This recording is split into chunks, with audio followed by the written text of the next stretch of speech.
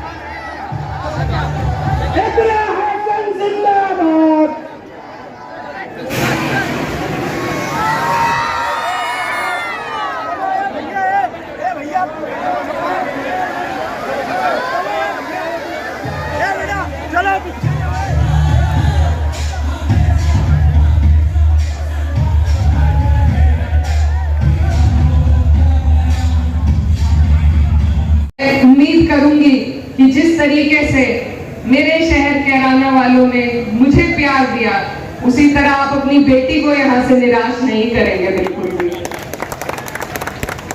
ये जो चुनाव है, ये बहुत अहम चुनाव है।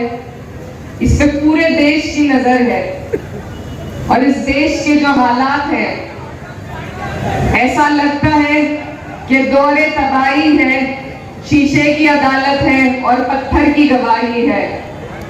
तो इस देश में जो हालात इस नापाक भाजपा सरकार ने बना रखे हैं, उनको बदलने का ये आपके हाथ में मौका है।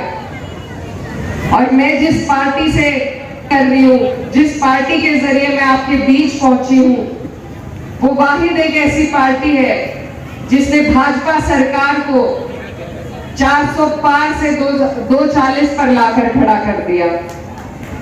ये बहुत बड़ी बात है।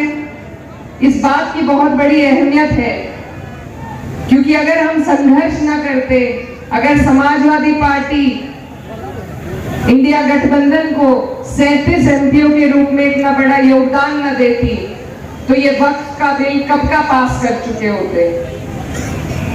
ये समाजवादी पार्टी और समाजवादियों की हिम्मत थी कि आज वक्त का बिल पास नहीं हुआ है और हमारे पास अब भी मौका है और हम जी जान लगा देंगे, लेकिन पास उसे होने नहीं देंगे बिल्कुल भी। तो ऐसी पार्टी जो हमेशा से गरीबों की, मजलूमों की, किसानों की, महिलाओं की, पिछड़ों की, मुसलमानों की बात करती हो, आज आपको मालेगांव वालों को ये मौका मिला है, बहुत खूबसूरत मौका, क्योंकि बहुत शानदार कैंडिडेट हमारी पार्टी ने यहाँ पर उतारा है। अगर आज भी चूक हो गई तो ऐसे पढ़े लिखे हिम्मत वाले लोग सियासत में आना छोड़ देंगे। इसलिए आपको जरूरत है कि आप नियत की पहचान करें। जो पार्टी भाजपा से ऐसे सूबे में लड़ने का काम कर रही है, जहां बुलडोजर चलाए जा रहे हैं, जहां हमें चिन्हित कर करके जेलों में भरा जा रहा है, हम पर अत्याचार किए जा रहे हैं, अगर ऐसी पार्टी की नीयत पे भी किसी को शक है तो वो सही समझ राजनीति की नहीं रखते हैं। आपके बीच से जो नुमाइंदगी कर रहे हैं, आपने उन्हें मौका दिया, दो मौके दिए। आज मेरी बहन ने हिम्मत करी है और मैं आपसे बस यही वादा लेने आई हूं कि जो प्यार आपने हमें दिखाया है, जो प्यार आप हमेशा हम पर बरसाते हैं, उस प्यार के लिए मलिक मंजर के लिए तालियां बजा दें। बहुत मुबारकबाद पेश करता हूँ कि जिंदगी का कुछ ना कुछ मेयार होना चाहिए, आदमी को साहिब किरदार होना चाहिए, और जो मिटा दे अपनी हस्ती मुल्क मिल्लत के लिए, ऐसा मेरी कौम का सरदार होना चाहिए, ऐसा मेरी कौम का सरदार होना चाहिए।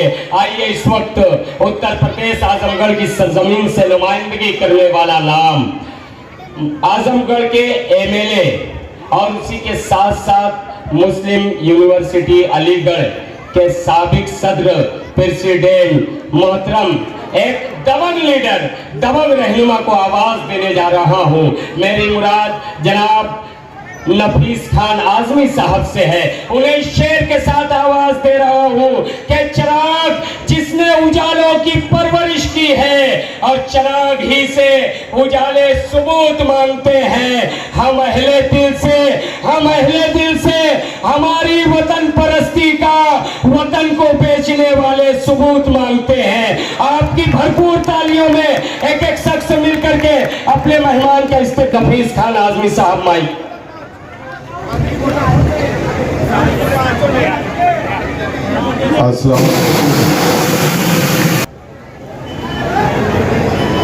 लहू हो तो लहू कहते हैं, पानी हम नहीं कहते।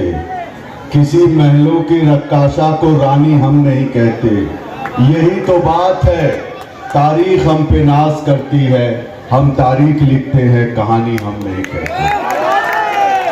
आज के इस मालेगांव की चुनावी जनसभा की सदारत कर रहे आली जनाब सदर साहब,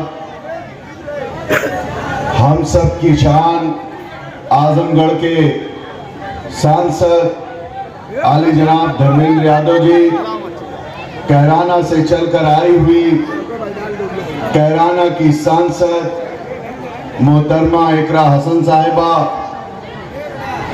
हमारे साथ चलकर आए हुए महाराष्ट्र प्रदेश के महामंत्री बड़े भाई परवेज अहमद साहब, जिसके लिए आप लोग यहाँ पर इकट्ठा हुए हैं। समाजवादी पार्टी की प्रत्याशी, आप सबकी हर दिल अजीज प्रत्याशी, और ये ताकत बता रही है कि आने वाले 20 तारीख को आप इनको विधायक बनाने जा रहे हैं। शान हिंद साहिबा, मंच पे बैठे हुए हमारे सभी समाजवादी पार्टी के नेता, सामने बैठे हुए बुजुर्ग नौजवान साथियों, माँ बहनें, और जहां तक आवाज जा रही घरों में सुन रही मेरी माएं बहनें,